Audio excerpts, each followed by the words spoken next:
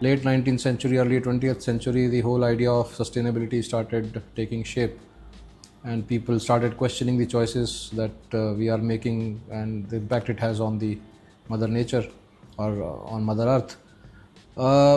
So sustainability became a key parameters while deciding what to build with, and somebody again decided to revisit timber, and that's where the whole engineering process of timber started. That is where the whole process of understanding the properties of the material, particularly the physical properties that are essential for construction, that started, and then how to engineer it further to make sure that the behavior is predictable. If you ask me, in my opinion, sustainability, I can define it as a very simple statement that anything which my third generation can, or gets to reuse is something which is sustainable. That means that if I'm using something today and if 60 years down the line that resource is still available, or it has regrown, or it is available for that generation to use, that means it is sustainable. But that cannot be said about concrete, that cannot be said about things that we mine from earth, because once you mine them, they are gone.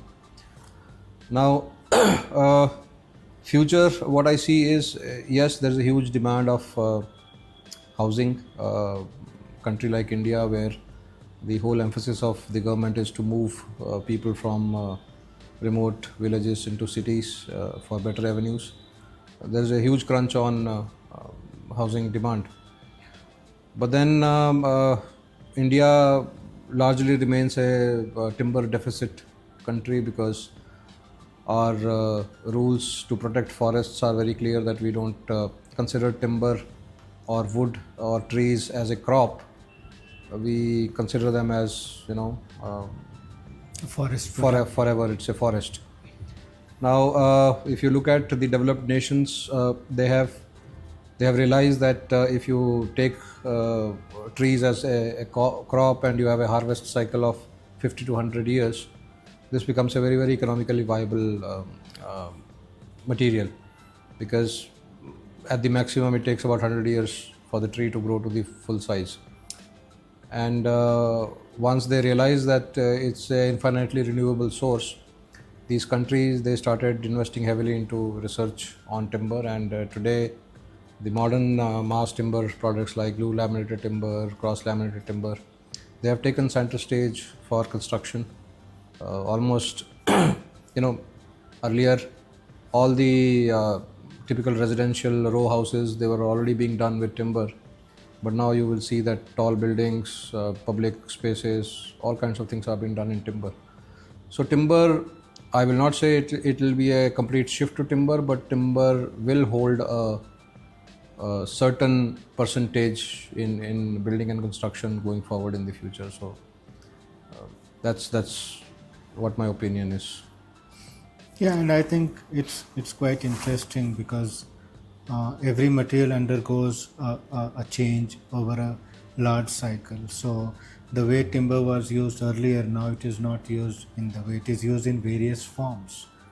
And fair enough, because if it is used in various forms, we are able to extract various characteristics of the timber, and then spatially we are able to also apply it. Okay, so a veneer also has a role, a glulam also has a role. Absolutely. And what it does is, certainly as a quality, it adds warmth to the whole space.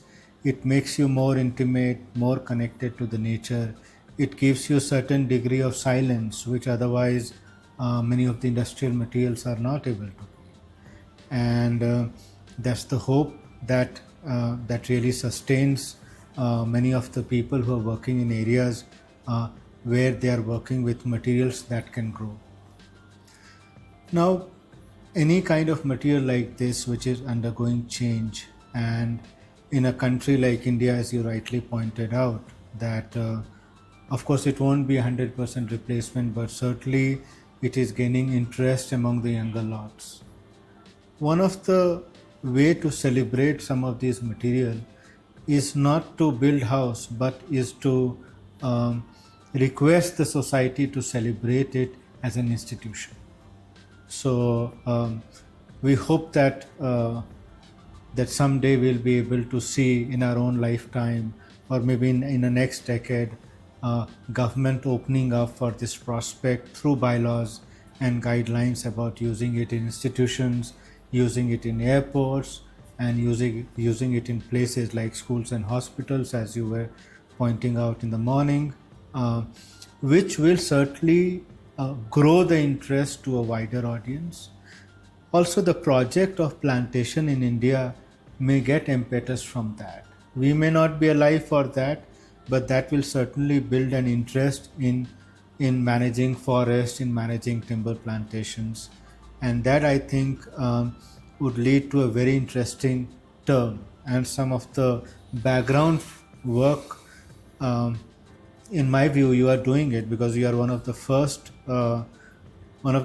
people who are scientifically working in Glulam, fairly well tested. I got a chance to see your factory, the grading, the sequencing, everything seems to be well worked out. At any point in time, the data are available that you can get it, which also give belief system to other people who would be interested in the field to say that the prospect is not only in Canada and some of the parts, but also to build a robust industry here, and also to support the building construction using Glulam.